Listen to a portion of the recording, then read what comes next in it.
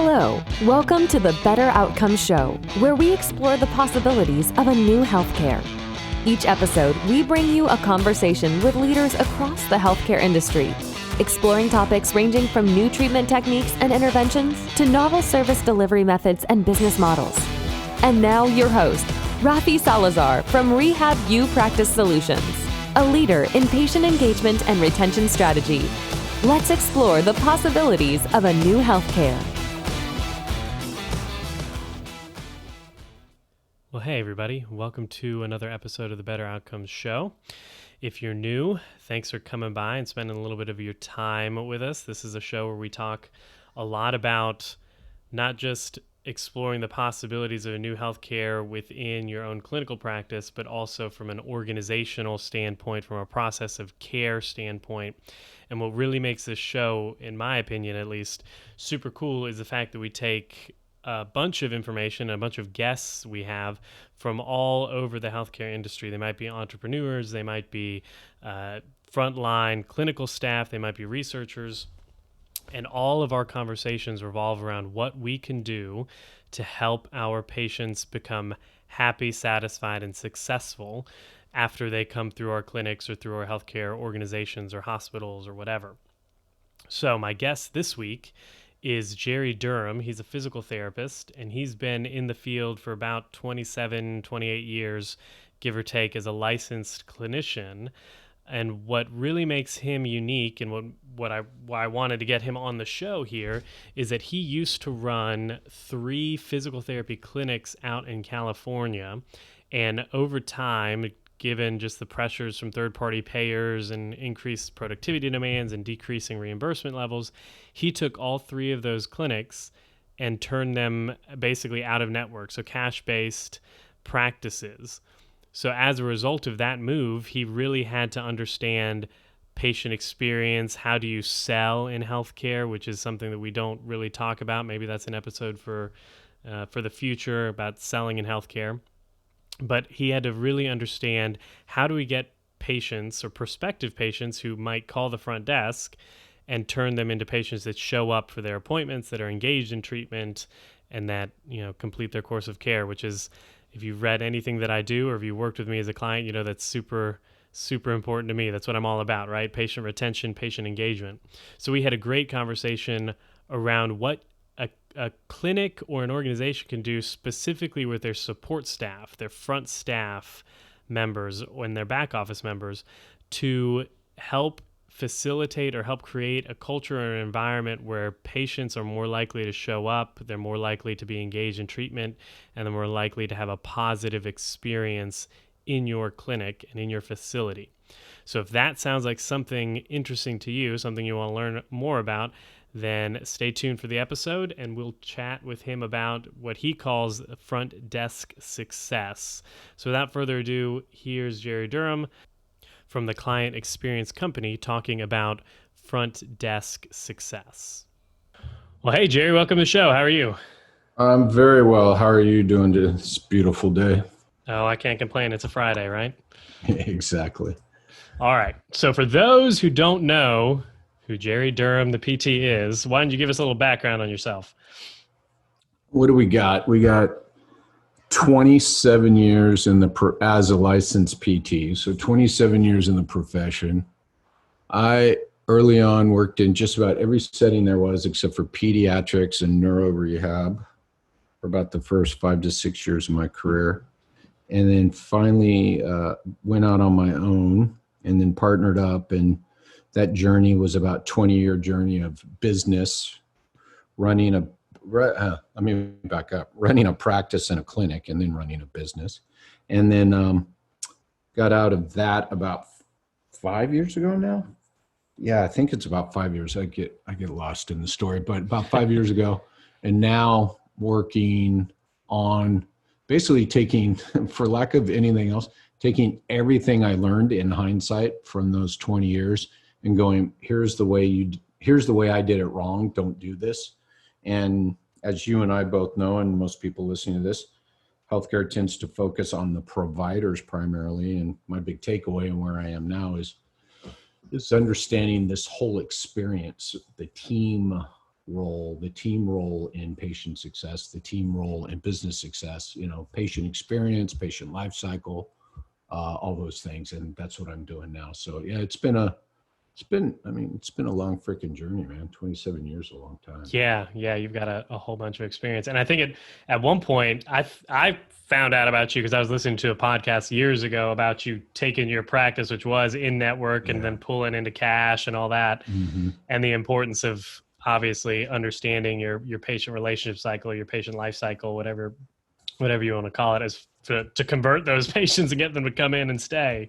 So tell me a little bit then about your company. You run, now it's called the Client Experience Company, right? Correct. So back to what you said, just for context for everybody, about 12 years ago, and by the way, I don't tell this story as the guy who walked up the hill in snow both ways to school. I just tell it for context. And I'm not here to say it's easier now, it's harder now, it's anything. I just want everybody to understand. So about 12 years ago, right, I went out of network, and no joke, people, that nobody even knew what out of network meant, right? Nobody was using the word cash practice, cash PT. Everybody, if there was a cash practice, it was like a dinky little office with a dinky little person who had all their clients were just recurring clients, and it was maybe like 10 people, right? So we made a business decision to go out of network. It was strictly business. Can't remember who I think it was Cigna was our first contract that fell below our cost of doing business. So it was an easy, this is what's funny. It's, you read all these things and people are like, I don't know what to do. Do I take insurance? Do I not take insurance? I'm like, it's a business decision. It's based on your client and what you need to generate to pay your bills. If Blue Cross's contract is $75 a visit and it costs you $80 to deliver care, that's a no-brainer. I can't exactly network with them. So 12 years ago, and that's really where I look back and reflect, where I was like, I got to do something different. And that's where this whole patient experience thing and the front desk, and then realizing, which probably this is the beauty. Every time I do this, like every year that goes by, more people are nodding their head going, yeah, I get that. And I'm like, that's cool, because 1 year ago, 2 years ago, 3 years ago, people are like, I don't get it, or that's not true. But this understanding that, if Jerry calls your clinic that first touch point, right, the front desk, the journey starts there. So the patient success starts there, the business success. I call it the entry point to the business. Everybody, used to be everybody thought the entry point was, well, when they get in the room with the provider, right? And I'm like, no. That first experience with the clinician. Right. Yeah. And that was our egos. I went through that, right? Oh yeah. And I went through that for a long time in my business, where all I cared about was the providers, right?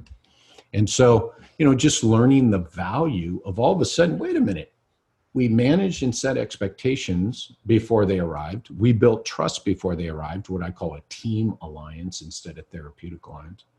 And wow, look at this magically. Here's the beauty of it. Patient numbers improved. And by patient measurements, patient success. So people getting better, people happier, all that stuff improved. Yet then my business metrics changed. So I was like, what's going on, right? And that's been that last 12, 13 years. It took me all that time to start equating, wait, this change here was because of this, right? Going further upstream. It was like, wow, we changed the first phone call and we stopped getting billing complaints. It wasn't a billing issue. So things like that. And that's what the Client Experience Company does, right? We come in, we look at the whole kit and caboodle. We look at your whole process, right? Do you understand who your ideal client is? Do you understand? And it could be multiple. Do you understand what you're serving them with, right? Because nobody wants physical therapy, right? Everybody wants a solution. And then looking at the life cycle, and then looking at the systems you've built in to create an experience that you want your clients to have. Yeah, no, I'm totally on board with that. A lot of the work that I do with clients is the same, the same realm, I know you think you're selling, occupational therapy or physical therapy, but what you're really selling is, relief from back pain or, whatever, the ability to go out and throw the ball with your dog. So you got it. So let's talk a little bit more then about the front desk? Because I think you, at one point, you were running a course, right? A big course called the Front Desk Success Program. Are you still doing that? Yeah. Yes, I am. And it's actually,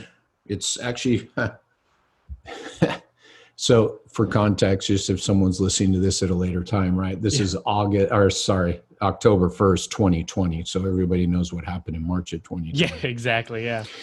I literally, just for context, like that Monday, I went, holy crap, do I have any legs? Do I have any viability with what I'm doing, with what I've been teaching, right? Was it legitimate?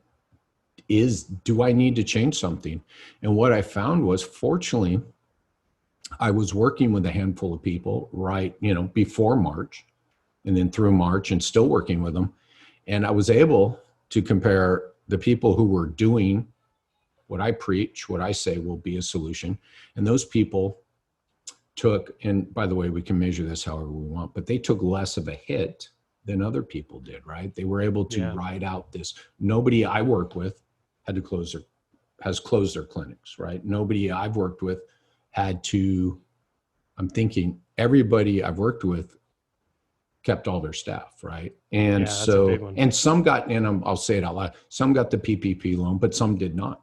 And they were able to do it. And what I found was, right, some of those things, again, as we took a deeper dive, and something I've really been preaching since, is the relationship you build. Sorry, let me back that up. The earlier you build a relationship and maintain it, the more powerful it is. So here's one of the huge takeaways for people listening is, I found that people who knew how to manage their patient life cycle, knew what building a relationship meant, and were doing it day in and day out pre-COVID, rode the wave through. Oh yeah, they were just doing what they kept on doing. And then there were a lot of people calling, going, well, how do I do this? How do I do that? And I realized they weren't doing that before. They had a terrible time because they didn't have good relationships with those people. So that was a long answer. I haven't even answered your question, just setting up the context for what we're discussing here. But yes, that business, actually, that front desk success training program has grown, I think, for two reasons. One is people now understand that there's more there than they thought. Yeah. And number two is the second thing I'm just talking about. Number one was is there's more there. Number two is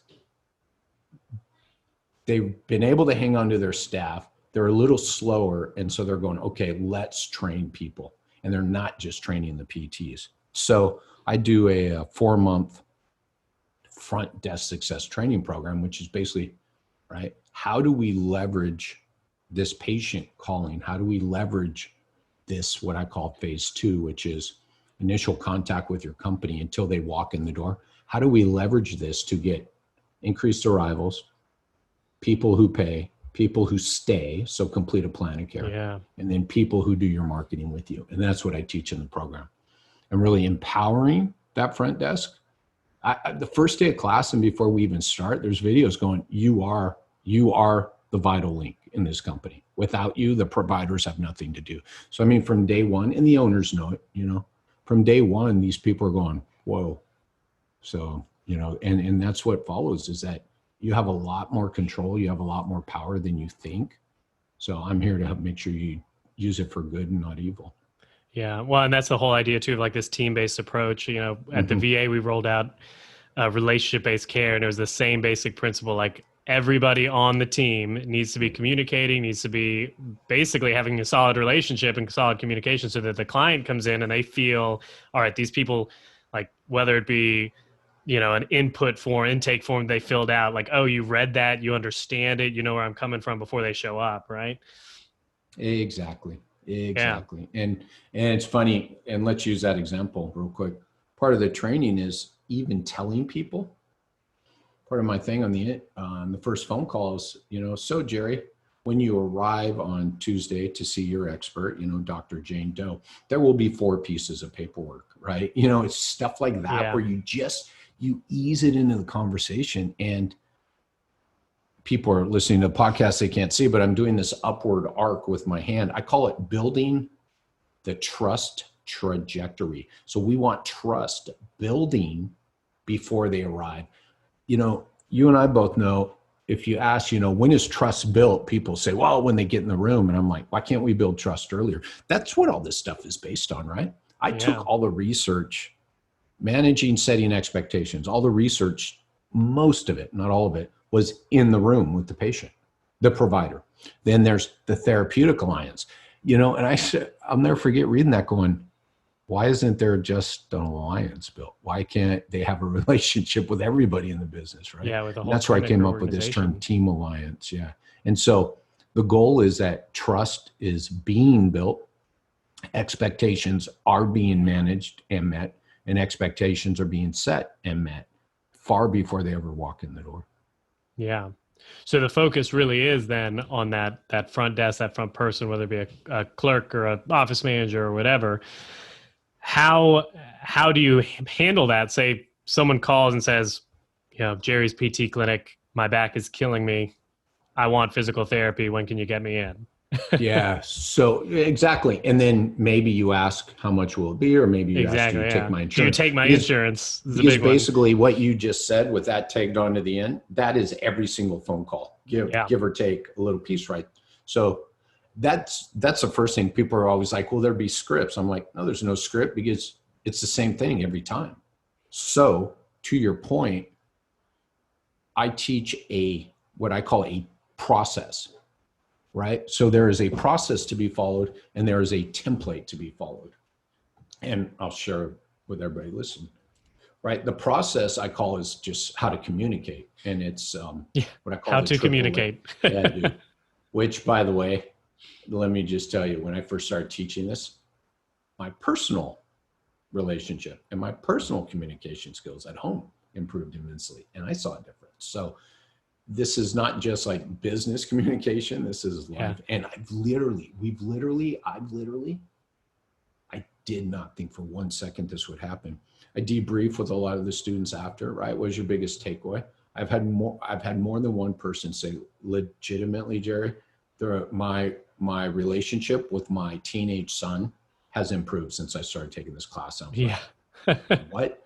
And then one other person said, my relationship with my husband has completely improved. And I was like, okay. All right. Taking care of business, taking care of marriages right. I too. was like, damn, dude. Yeah, I ain't going to go out and advertise that. But the point is, right, I call it the AAA. It's acknowledge what you hear, ask permission-based questions, and then allow them to share or tell their story, right? Yeah. That's it, right? And then we manage and set expectations, and then we build trust. And here's the beauty. I tell everybody you have to do two things: build trust, manage and set expectations. If you're building trust, you're usually managing and setting expectations. And if you're managing and setting expectations, then trust is being built. But I list it as two things. And then I have the template is a 10-point checklist. And there's nothing magical about it. Nobody would look at it and go, wow, this is earth-shattering, Jerry. Wow. Everybody, and I tell you what, everybody does. And I get it. They look at it and they go, yeah, we do that. And I'm like, yeah, you do. You're right. But not in the way I want you to. Right. So I don't train people to do a script. I don't train people to do I don't train people to use a script. We'll leave it at that. What I train people to do is to listen a little better.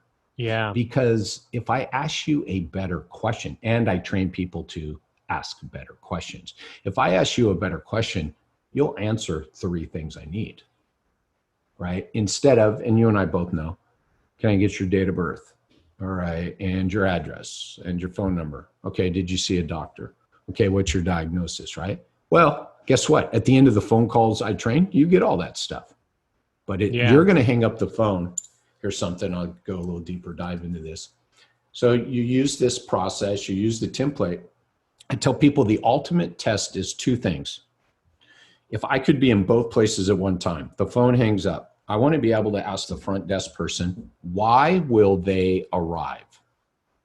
You should be able to answer that.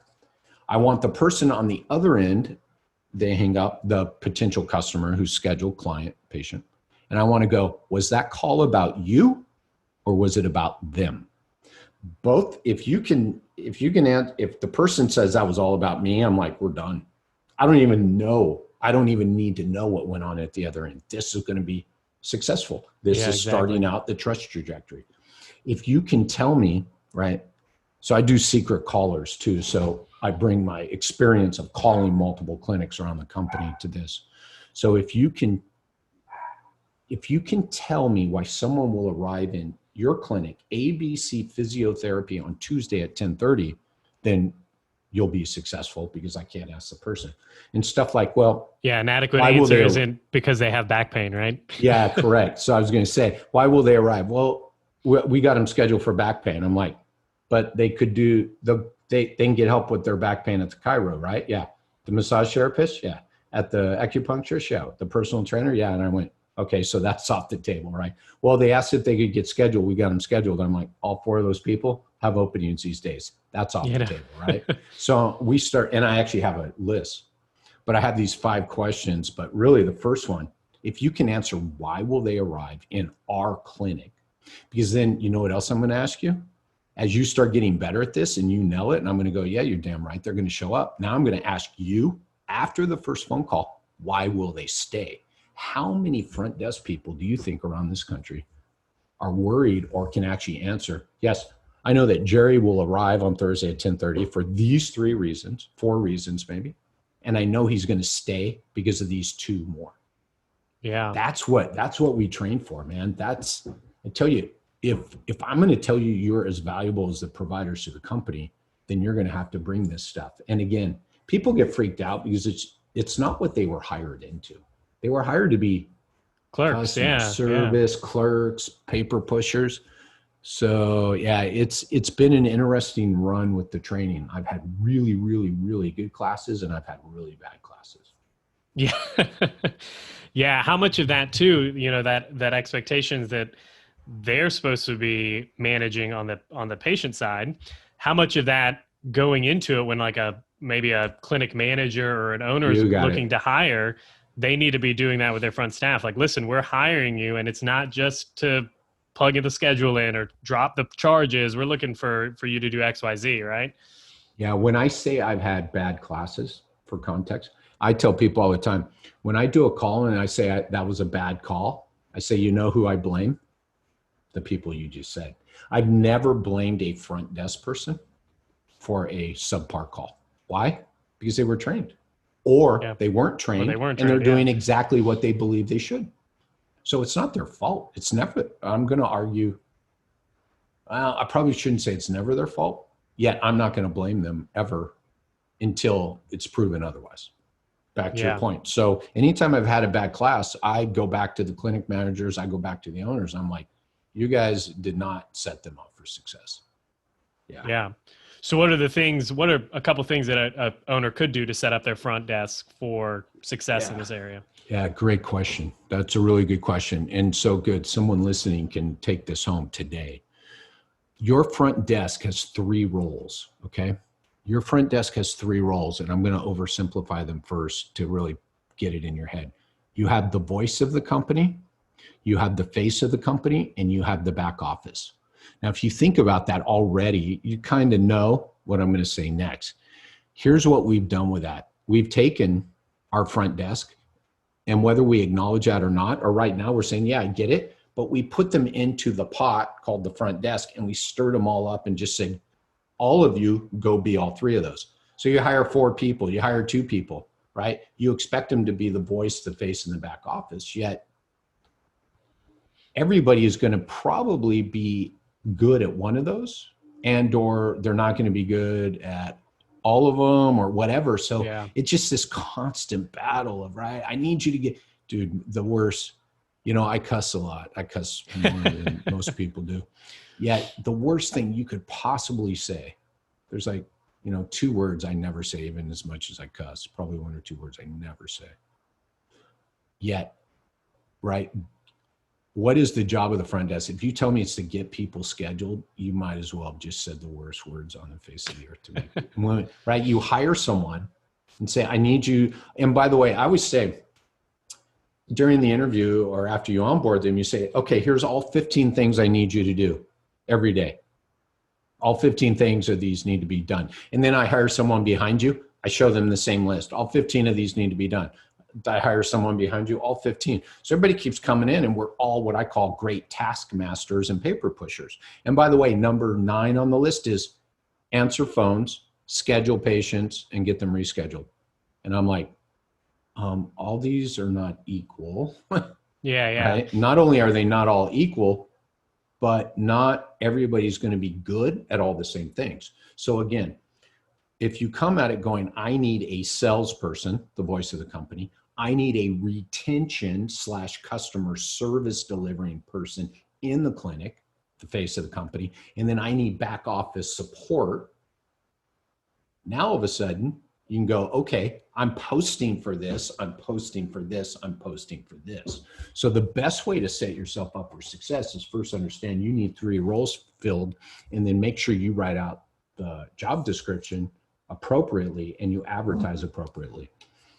And I help people do that too, right? Because again, there's no way. And you and I both know, most people listening, most of us tend to look for and hire, whether we'll acknowledge it or not, that face of the company, that middle of the road person. Exactly. And kind by of the a jack way, of all trades. They're got nice. it. They're bubbly. Yeah. And those people aren't good at sales. I learned this early on in my journey. Someone who I was in a entrepreneur group with had bought and really just blew up in a good way, a collections company. Check this out. Everybody will love this story. And so needless to say, I was doing my front desk work at the time, and I knew she had that, and she was great at communication. I knew she had that company. So I tapped into her a lot. She said this to me, and I'll never forget when she said this to me. She said, Jerry, so what I just explained to you, she basically laid out for me a while back. And she said, look, Jerry, you've got customer service people that you're trying to get to do sales. And she goes, those aren't the same people. The good customer service people aren't good salespeople, and good salespeople aren't good customer service people. And I was like, and so when she said this to me, like, frick, dude, this was like at least 10 years ago. Just that really was a big tipping point to me going, right. So I started looking at the front desk role differently, because I still, even as I was doing this work in my own business before I heard that, I was still just trying to turn everybody into the catch-all. Yeah, okay, we're going to get this one person to do these 3 things. It never works. And, it's funny. People always think if we're going to do business together that they're going to have to fire their front desk. I've never worked with anybody who fired their front desk. I've worked with people who have moved their front desk people to different seats on the bus, different roles within the company, but not fire anybody. Yeah. Again, if you're doing this well, then you're going to need a couple of each of those, right? If you're doing this well. So most of the time it's just about shifting people around. Yeah. Well, and you've mentioned the S word a couple of times. People in healthcare, specifically clinicians, and most of the people that listen to this show are clinicians. You say the word sales and they go, this is about caring and serving for people, not about making money, right? They're going, click, I'm done with this podcast. Exactly. Yeah. So what do you say to clinicians that are like, listen, we don't want to be pushy or salesy, and probably it's because they have the view of the used car salesman, right? Like we don't want to be hawking our services on a client, our potential client. What do you say to folks like that? So I just spent the last 6 months building out a whole sales program, literally just calling it sales. So I've brought it into the training class, but I also have separate content, and it's called The Art and Science of Selling in Healthcare. And the first part of it is look, let's just own this. And I define what selling is from my non-healthcare selling books. Yeah. And I read direct quotes from a lot of this, and I include a lot of that into the training from my selling books. And I'm like, you tell me what sounds. I said, if you go back in the literature, managing and setting expectations doesn't go back that far. It goes back to the frickin' turn of the century in sales literature. Exactly. They've been talking about managing and setting expectations forever.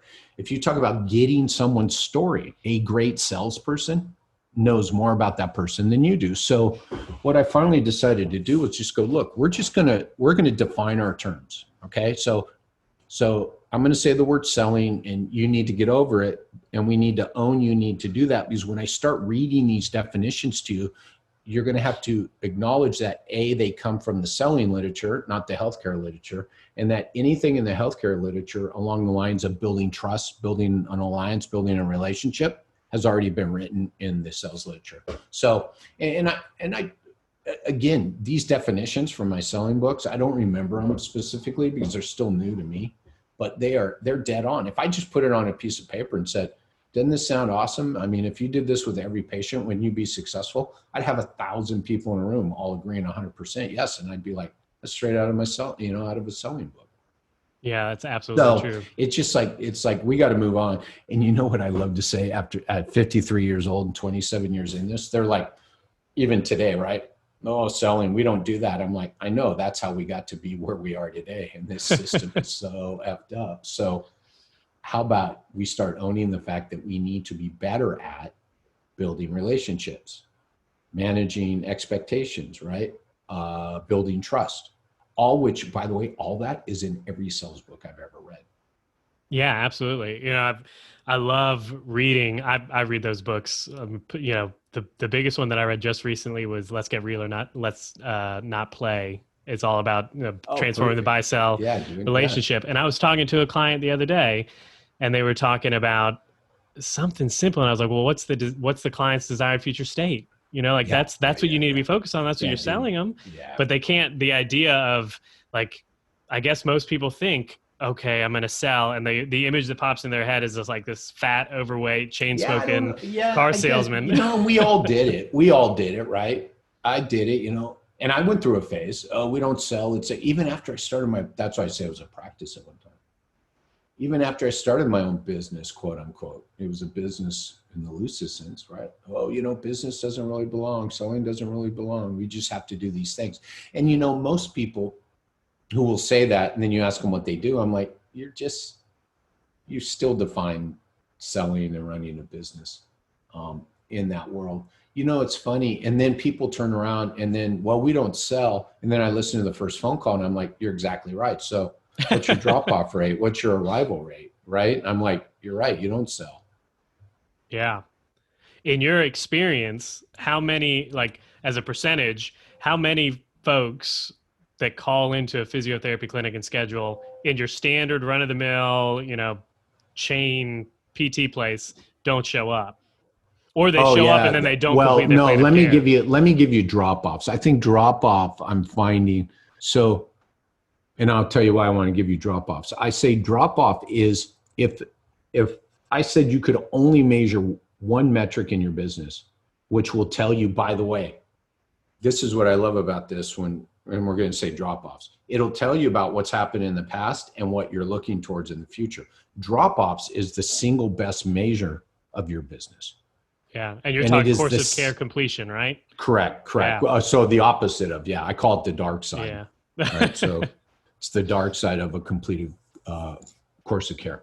So drop-offs are the number one indicator of your current client experience. And I love this. I love to go, do you guys track your client experience? Do you understand that? And they go, no. And I go, well, you have one, right? Your client is having an experience with you, whether you're engaged with it or not. And then I always ask, what's your drop-off? I'll tell you what, the clinics who know it are dialed, right? They're less than 10%. So the clinics who are starting to own it and understand and contacting me and are finally looking at it are running 30, 40%, dude. So you guys all do the math on that. That means, let me define this. That means 30 to 40. Okay, so let's do easy math. I like easy math. Out of 100 people that arrive for their evaluation, 30 of them are gone by visit 3. Gone, meaning they broke up with you via text or not at all. Or they just didn't show up. I used that example the other day. I said, right, it's like you got a girlfriend or boyfriend and they just reach out and go, this is, I'm not coming back. We're not going to see each other. Don't bother calling me, Clay. And I said, the most frustrating thing about drop-offs and the thing that just kills my soul is I don't get that closure, right? Same thing. What went wrong? I don't care if it was me. I don't care if it was you. I don't care what it was. Just tell me what it was. And that's what we miss out on those. So that's why I'm like, the drop-off is the worst thing that can happen. And let's face it, A drop off means you had no freaking trust. Because Yeah, if someone exactly. trusts you, they're not going to ditch you. By the way, they're going to say, you know what, Jerry, this isn't working for me. And they're going to be honest and they're going to walk away, but they're not going to ditch you. So the drop off is the single biggest indicator of your current client experience, of which I argue is the biggest revenue driver, the biggest success driver. So then I just go, screw it. It's your biggest business metric. And by the way, it's a rear view mirror looking, and it's also windshield looking, because if your drop off's 40%, well, you know, tomorrow, right? That new patient that you put on the schedule has a 40% chance of dropping off. I'm like, why bother putting them on the schedule? Yeah, exactly. If it's like a coin flip that they'll finish, right? Yeah, no, I tell that to clients. I use course of care completion because I like being more positive. Yeah. You know what's funny? You know what's funny about that is I've gone back to the drop-offs because for some reason, you know what's funny is people don't equate. If you ask them what's the opposite of a drop-off, they don't tell you complete a course of care. And so the majority of people are not measuring it yet. Yeah. And I won't say the majority, but yet there's a handful of people who know their drop-offs. And I'm like, that's a tell also, right? You only know the bad things happening. Why aren't you just measuring the good and rewarding, right? Rewarding the good. Yeah. Right. That's like yelling at people for cancels. I'm like, why don't you just incentivize or make sure they know how to get people to arrive? Exactly. Yeah. Right? A Instead mindset of yelling shift. at them for cancels, let's just work on arrivals. Because if people are arriving and not canceling, then that's good for, right? That's a huge impact on the business. That's a triple win. Yeah. Awesome. Well, Jerry, thanks for taking the time. If there's like one or two big takeaways that you would have for a listener, maybe they're looking at shoring up their front office, what would they be? So I would say understand and start to map out your client's life cycle within your company. So the life cycle is the physical touch points and interactions. Yeah. So just start to be aware of, we get a phone call. What happens next? Literally. Don't even worry about what happens in the phone call yet. The life cycle is just the touch points and interactions. So you may say, look, the bulk of our referrals are fax referrals, phone calls, and emails. You go, cool. So that's the entry point to the business. So after someone calls, what happens next? After a fax comes through, what happens next? And start mapping that out. Once you understand that, then you can start to make big changes within your company. Simple things like when I started doing that, that's when, I started realizing the connection with some of the good and bad things that were happening further downstream. The other thing I would recommend to people, and it's not so I can get your email, you can always opt out, but it's the only way I have it right now. And I'm serious. Once you get it, you can unsubscribe. If you go to the clientexperiencecompany.com, there are two things on my website.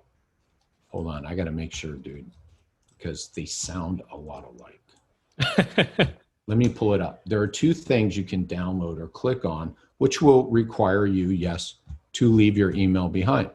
I would like to think that I'm going to tell you right now, if you don't think, at least go through it, let me at least sit through a week of my emails. And if I'm not delivering you value, then get the hell out.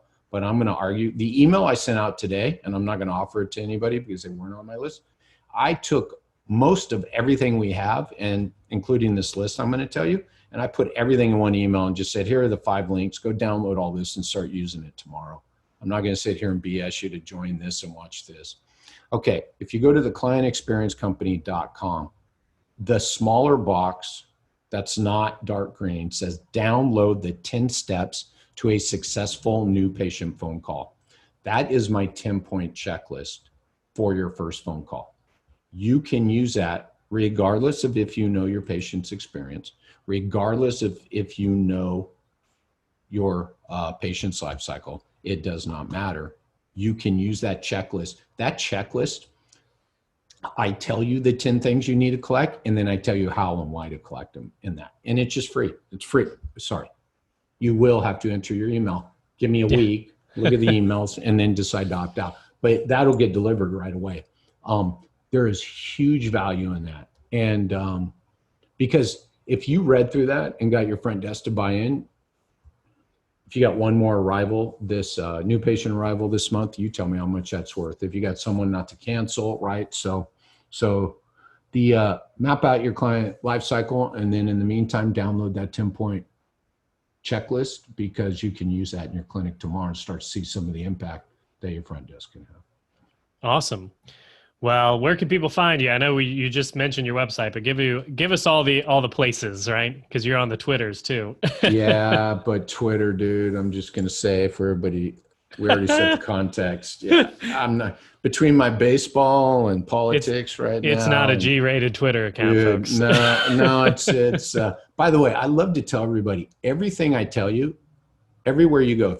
I like Instagram and my YouTube page.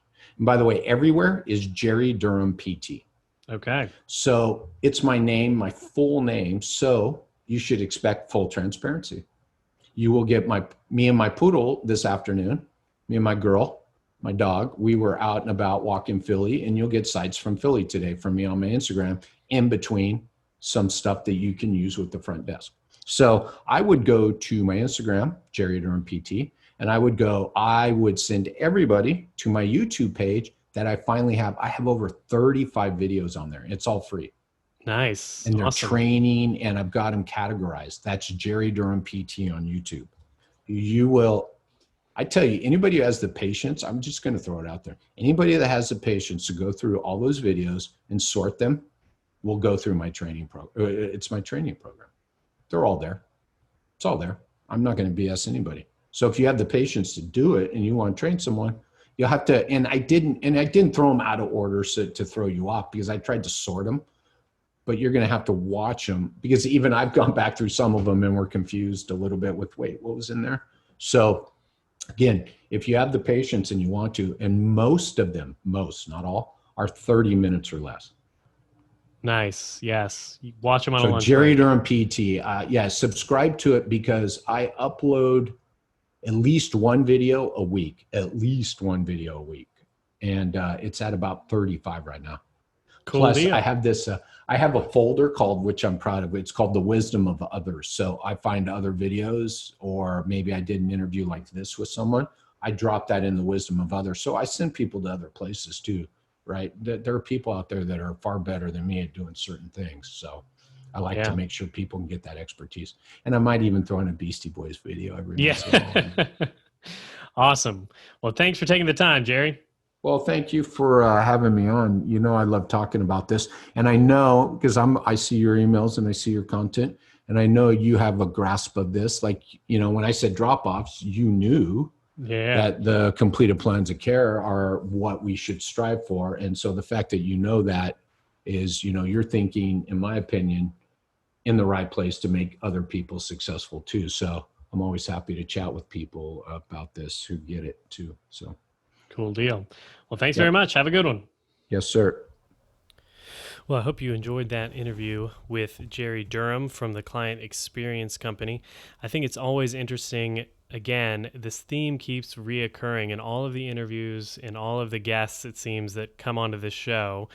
The idea that you're going to have some sort of successful practice or successful business in the healthcare space without focusing on those interpersonal interactions, managing expectations, building in relationships as part of your business process is hugely important. And the idea that you can run a successful business in the healthcare space without it is just foolhardy at best. And I love that Jerry took the time to talk a lot about managing expectations from a clinician standpoint, and then from a clinic standpoint. A lot of the work that I do with healthcare organizations and other businesses in the healthcare space is focusing on just that. Like, how do you, as an organization or as a business, as a service provider, build that relationship, that know, like, and trust value with your clients before they come into your clinic for their first appointment, or before they have that first interaction with your product or service, so that they come sort of primed, if you would, to be engaged in whatever service, whatever treatment, whatever plan of care you're enrolling them in, or you're helping them with. And then again, the idea that we as clinicians, or we in the healthcare space, should be identifying our clients or prospective clients' desired future state and not trying to just fit them into some kind of cookie cutter treatment program or some sort of plan of care that we give to every patient with shoulder pain, for example, but that we craft with them some sort of individualized plan that's more us helping them achieve that desired future state than it is hitting some sort of bogus metric. So that's it for this show. If you like what we're doing here, you can head on over to iTunes, give us a rating and review. It helps people find the show, helps people jump on board and hear what we're talking about.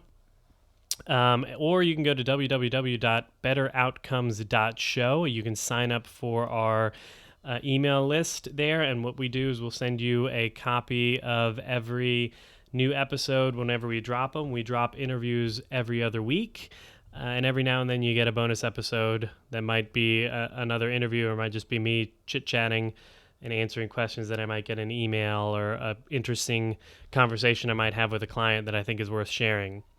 So until the next time, folks, be safe, be healthy. I will talk to you then. Thanks for listening to the Better Outcomes Show, where we explore the possibilities of a new healthcare. Our hope is that you walk away from each episode informed, equipped, and empowered to push the boundaries in your own practice or business. We want to give you the tools to help you build strong, long-lasting relationships with your patients and clients, helping meet their goals, improve their health, and achieve better outcomes. Learn more at www.rehabuppracticesolutions.com. We'll catch you on the next episode.